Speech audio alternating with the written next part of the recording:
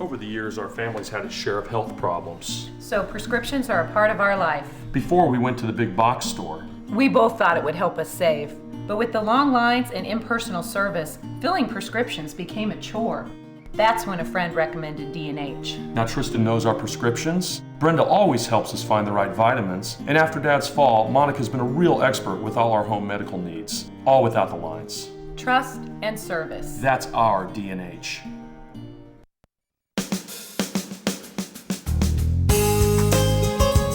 And welcome to Radio Friends. This is Thursday. It's the 4th of July, and we're glad you're with us. Hope you'll stick around. Tonight, everybody will be out looking at fireworks up into the sky, gazing at the stars and all the beautiful explosions. Well, you might be looking for some other things up there, too. You never know what you might see tonight. We're going to talk, our top deals with that. We have Bill Wickersham with us, and of course, Bill is the UFO guy. Good to have you here, Thank Bill. You. Tonight's a perfect evening. Everybody's outside. You look up to the sky, and there are a lot of things up there that can't be explained. I was telling you before we came on, I like to sit outside in the summertime, and I live out in the country and turn all the lights off, the porch lights off, the lights off in the house, and just sit in a recliner, looking up at the sky with binoculars. And this actually happened, and I've seen this happen several times. I'm watching what I thought was a satellite, a light going across the sky. I'm looking at it through binoculars. It stops, and then it starts making erratic moves up in the sky and goes off in the same direction that it came. Now, I couldn't explain what that was, so I say it's an unidentified flying object. But is it something from our Earth, or is it something from out there?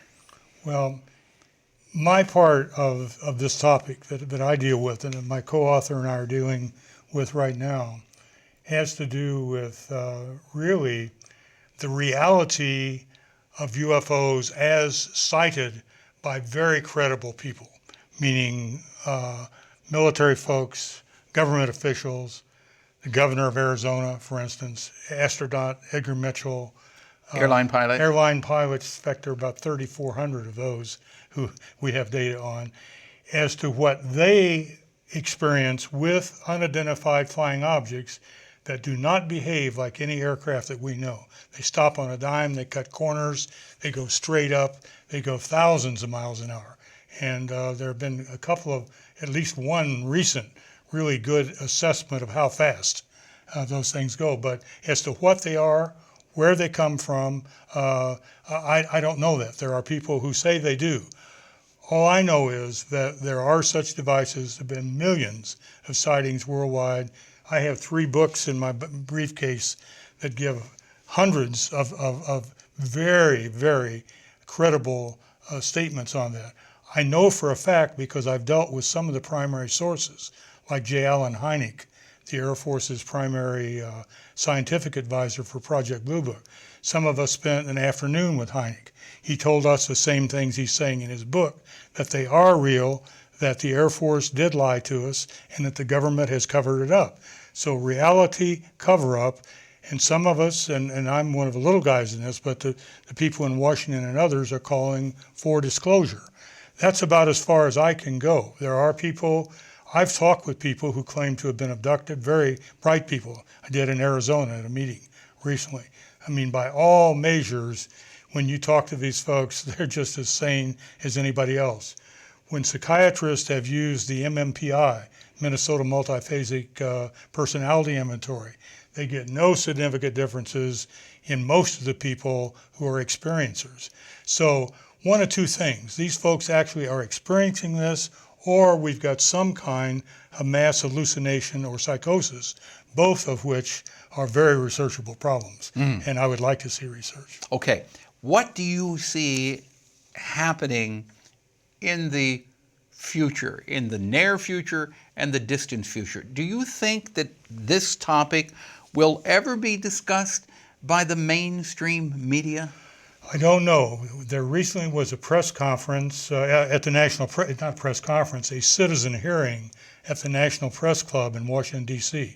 5 days, 40 witnesses of top drawer folks, military, the former Minister of Defense of Canada, Paul Hellyer, folks like that who testified for 30 hours. It was live streamed in 5 languages. They testified to who? They testified to 6 former members of Congress. The meeting was chaired by Senator Mike Gravel, former Senator Mike Gravel. Congresswoman Woolsey of California was there, Congresswoman Kirkpatrick, I believe Representative Merrill, Republican, former rep from Maryland. So there were 6 of those folks who heard this testimony. But back to your point, the people who put this on had hoped that the major press would come and pay attention. They didn't. They didn't. The New York Times had one little article. They don't send a person to really listen to the whole meeting. For the second time in a meeting like this, the Washington Post sent their humor writer. When they did it before, I called the guy when there was another press conference like this in 2010, and I asked him, I said, you know, Mr. Kelly, his name's John Kelly, and he's a good writer, humor writer. Why in the world did you go to this meeting? He said, well, they sent me. I said, do you know anything about the subject? No. Did you stay to hear all of it? No. And so here we go. Yeah. Well, if people want, if this kind of perks your interest and you want more information, you can simply Google any of these topics that we're talking about. Right? And the thing is, you know, sometimes when you Google something, you get some pretty far-fetched information. The problem always is sorting wheat from chaff. In fact, if people, and I'm going to say this, if people want to call me, my phone number is 817-1512. If you will send me your email address, I will send you a list of both DVDs that you can Google word for word and a list of resources that is quite lengthy, but I think people would find interesting. The other thing that I asked you earlier, I said, what would happen if something would come to light worldwide? How would this affect our religion? And you said, Google Vatican UFO Daniel Sheehan. Yes. And there is a lot of information about how the Vatican... You'll find a menu of quite a few. Of how the Vatican is dealing with this. There will be historical information with Monsignor Corrado Balducci, who started the UFO effort at the Vatican, which had to have the blessing of the Pope. And now it's Monsignor Fuentes. Okay. We're out of time, Bill. We can go on and on and on, but we are out of time for today. Thank you so much for coming by. Happy 4th of July. And when you're out watching fireworks tonight, look up in the sky a little bit after the fireworks have finished exploding. Maybe you'll see something. Tomorrow State Historical Society. Our program directed by Travis McMillen, Reynolds Journalism Institute. Audio is Pat Akers from KBIA. Our floor director today is Rachel Gangwere. And our assistant producer and guest coordinator, Uncle James Mauser. Happy 4th of July to you. Be careful. If you're lighting those fireworks, you can't do it inside the city limits. See you tomorrow. Bye-bye.